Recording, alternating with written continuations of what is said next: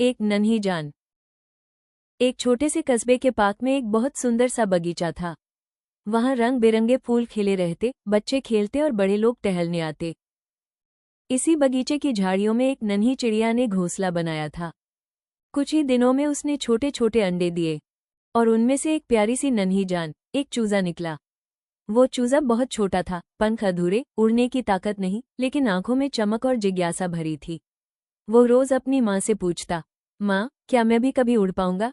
माँ मुस्कराती और कहती, हाँ बेटा, लेकिन पहले धैर्य और हिम्मत सीखो।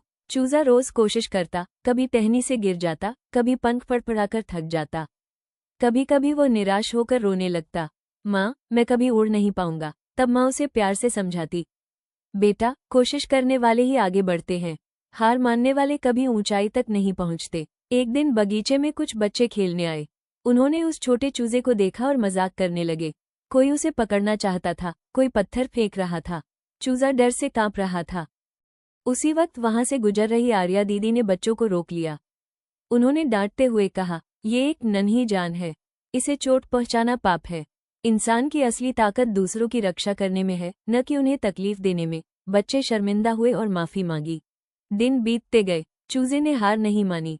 वह रोज अभ्यास करता रहा, छोटी टहनी से लंबी छलांग, पंख फड़फड़ाकर संतुलन बनाना। आखिरकार एक सुबह, जब सूरज की पहली किरण बगीचे में फैली, उसने अपनी पहली उड़ान भरी। वो बहुत दूर नहीं जा सका, लेकिन उसकी आंखों में खुशी थी। मैं कर सकता हूँ। कुछ दिनों बाद वही बच्चे फिर पार्क में आए। इस बार उन्होंने उस चूजे को आसमान में उड़ते देखा। आर्या दीदी ने मुस्कुराकर कहा, देखो बच्चों, यही है जिंदगी की सच्चाई।